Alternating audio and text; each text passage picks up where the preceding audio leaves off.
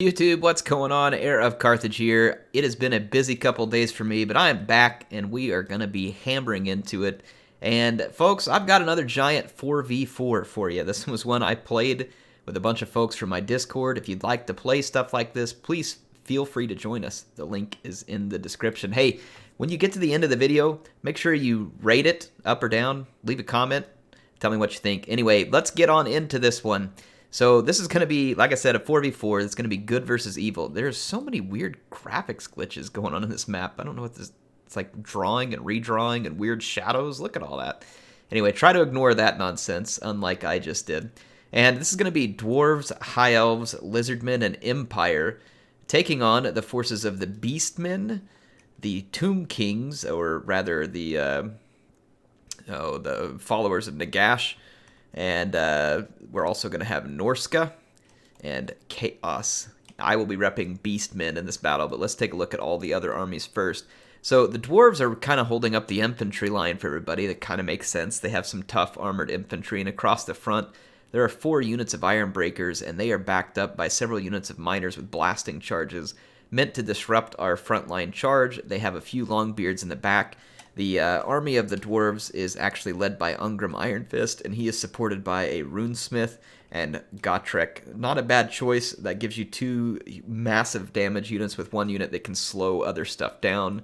The High Elves are led by Alarielle, and she has 2 nobles with her, and they are also on Great Eagles, so you can see they're the nobles, one of them blocking Karl Franz. He doesn't appreciate that.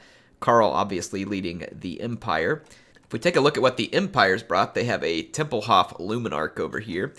And then as we swing on over, there is a Sunmaker Hellstorm rocket battery, another Hellstorm rocket battery, just some spearmen, and then really some heavy cavalry support with the Altdorf Griffites and Demigriff Knights here in the woods, but a lot of spend on specialty units for the Empire. As for the Elves, they obviously spent a ton on Alarielle and her Eagle kin there, as well as 2 Phoenix Guard, one of which is the Keepers of the Flame, so a very expensive infantry unit that will be on the field here. And then as for the Lizardmen, they have Kroq Gar as their leader. He's over here with some Saurus and a Scar Veteran, but there's also the Star Chamber Guardians, and they are supporting Lord Kroq, so obviously hoping to do some infantry busting. If anything makes it through the Iron Breakers, they're intending to bust it with Lord Kroq, with just a few more units of Saurus here. Now, as for the evil armies, I mean, who's to say what evil is? Maybe the Beastmen and all these other factions are just trying to make a better world for people, and no one will hear them out, right? Anyway, the Beastmen are led by Khazrak, and I will be playing them. I've got 3 Centaurs with great weapons, 2 Chaos Warhounds, a bunch of cheap Vanguard infantry, which is 3 Spearmen, and then some Ungor and Gore herds, and they are going to be supported by Khazrak. I do have some help from the Norskins over here with the Skin Wolf Werekin, and then we've got the Maws of Savagery and the the Mistwalkers Fenrir Warrior. So that'll be some very needed anti-large support for a bunch of units that aren't that great against large. Now, swinging across the Blue Reach River here, you can see Arkhan leading his followers of Nagash. There are a couple of Crypt Ghouls, 4 Casket of Souls, yes, because why not? It wasn't against the rules. A Bone Giant, a Lich Priest, Lord of Nehekara, and Archaon himself. And then as for the rest of his forest over in the forest is the rest of his army, which is the Chosen of the Gods. Chaos has several units of warriors here. They're actually being fronted by Fimir Balefine, Lord of Shadows, and Wulfrik the Wanderer on his steed. And then there is a line of Berserkers and another line of Chaos Warriors. And then I have some Minotaurs with great weapons and a Death Shaman on a chariot. And then there are more Berserkers, some Warriors with Halberds, more Berserkers. Yes, that's right. They come in minis. We've got some Exalted Heroes in Archaon, and then the Chaos Knights with Lances. So let's get things moving, folks. This is going to be a fun battle, and there's going to be a lot of action quick, obviously, because we're moving on the flanks. We do have the Regiment of Renowned Illyrian Reaver Archers here. These guys are going to be trying to do some damage early on, and it doesn't take the enemy long to spot what I'm doing on the flank, and they will be reacting. Obviously, I can't see all this stuff deployed in the woods, but there is a very stout resistance awaiting us in the woods. But, you know, undaunted, my Beastmen move forward. Otherwise, the caskets are going to start trading shots, and obviously with the iron breakers on the field, they're going to have lots of fantastic targets. Yeah, that stupid shadowing. I've never seen that before. I'm going to mess with my shadows and see if I can fix it. Anyway, yeah, you can see the caskets already opening fire and doing some good damage. They won't get a ton of kills per se, but it should be some high-value kills. I'm taking fire from the rocket batteries, so I need to rush to the forest. But little do I know that getting into the forest will be easier said than done. I say little do I know, I actually just scouted it out and realized that there are some serious problems in the forest. Yeah, got the Star Chamber Guardians and 2 Demigryph Knights with halberds, which is bad because it means I'm caught out in the open to all this rocket fire. Now that said, I moved forward trying to keep these nobles interested. I wanted to get the 2 nobles on the ground so I could try and pounce on them with the Centigores while I go ahead and bring the infantry forward and allow an infantry fight to get started. You can see the dwarf leadership headed this way to help out, and the 2 nobles did land, and I'm going to try and get on them quick. Here comes the Maws of Savagery to help with that. Unfortunately for me, every infantry engagement over here is bad, and Kroq is dropping a Deliverance of Itza. Let's go catch that, or at least be able to see it from here. Boom. There goes my beastie boys. Fortunately, though, we did manage to catch one of the nobles here, and I'm going to give these guys a good old-fashioned beastman slaying with the help of the Miststalkers. So a couple of trades here. The Star Chamber Guardians actually end up getting beat down pretty hard, but they also deal a ton of damage to the Skinwolf Werekin. But a big chunk of my infantry just gets ousted almost immediately by Kroq, and here comes another one.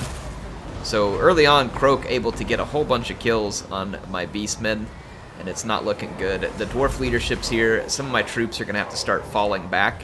I leave a couple of these Ungor herd here just to kind of hold. And in the meantime, our Chaos reinforcements are arriving. You can see some of the Berserkers made it here early. They've engaged some of the Iron Breakers. Not a great fight for them. Wulfrik is supporting, though, and it may help. There are Sisters of Avalorn on the battlefield, and you can see the Berserkers that decided to come out in the open. My teammate there, it did not work out well for them. You can see one of the nobles came after the Bone Giant, and then the Luminarch of Hysh is there. There's going to be some support coming in. You can see the caskets are just raining destruction over here, but the dwarves were spread so thin that it's actually protecting them relatively significantly against the caskets, and any unit that comes out into the open is getting absolutely by the rockets. You can see Kroq coming in with another Deliverance of Itza. I'm not sure which level on all of them. He's got 57 kills all around now, and most of my infantry forces are destroyed, but I can't just sit here and take rocket volleys. We're dying, and it's not good. So I'm gonna have to try something, because right now I'm getting my face shot off, and things could be better. Let's just say that our quick flanking here has not come to fruition. Finally, though, Kroq Gar kind of gets lured into a bit of a trap. He was chasing my 2 chariot units, and I was able to lure him into this ball of Minotaurs with great weapons where we can try and surround him. But he does manage to get free because he had a little bit of infantry chaff there, but not before the Minotaurs dealt some massive damage to him and pushed him out. The Chaos Infantry is fighting in the woods, but it's under a lot of fire from different stuff, and again, anytime our infantry comes out of the woods, it's going to get mowed down by the Sisters of Avalorn and all the artillery. Fortunately, though, our artillery is quite safe at this point and is continuing to unleash on the dwarf infantry so that at least we don't have to try and kill that later.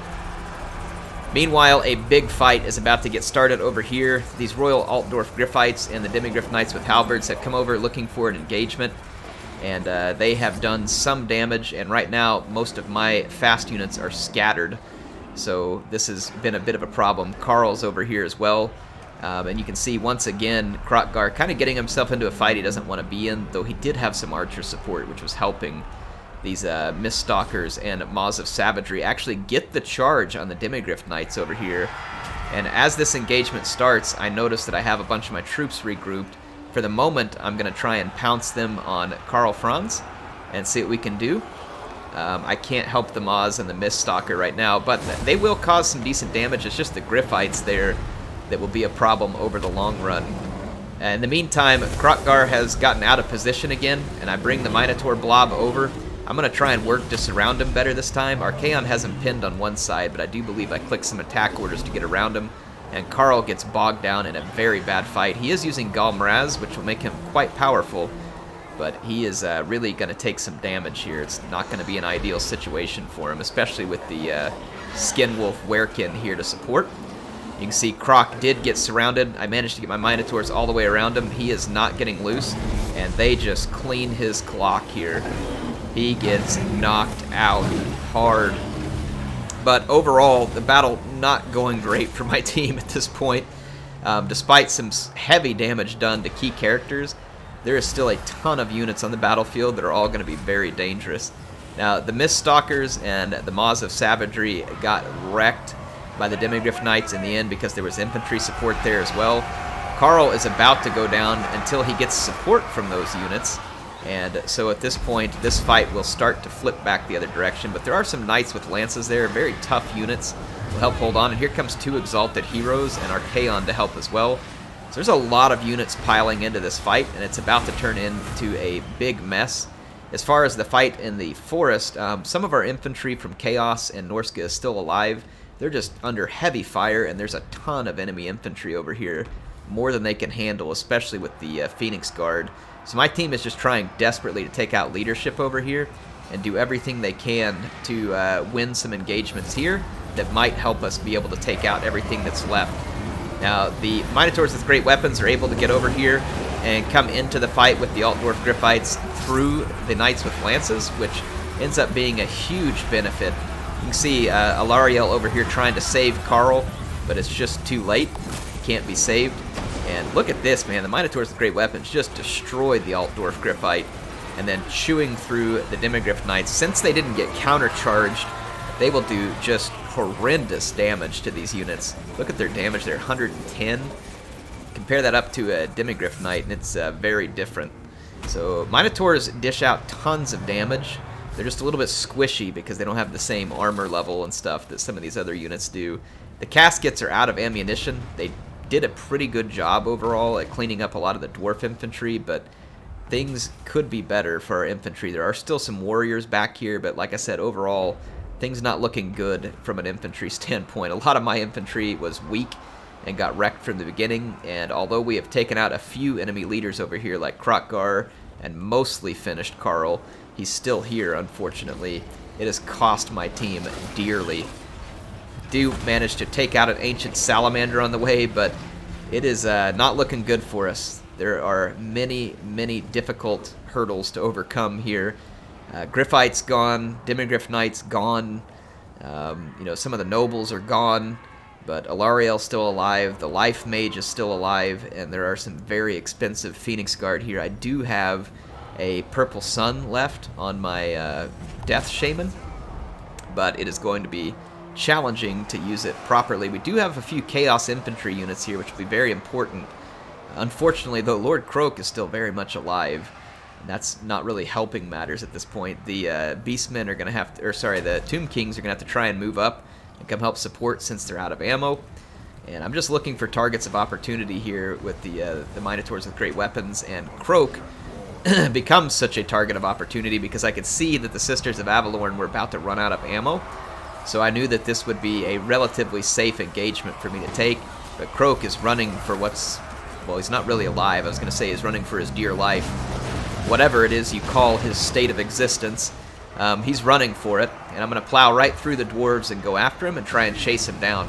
Now, had the Templehof Luminarch or these archers had more ammo, I would have never come after this, but this also helps force the enemy infantry out of the woods to chase me, and hopefully gives Chaos some time to do some work. But look, Kroq is just not out of Winds of Magic yet. He drops another devastating spell on what little infantry we have left. He's got 129 kills. He's been brutally effective in this battle.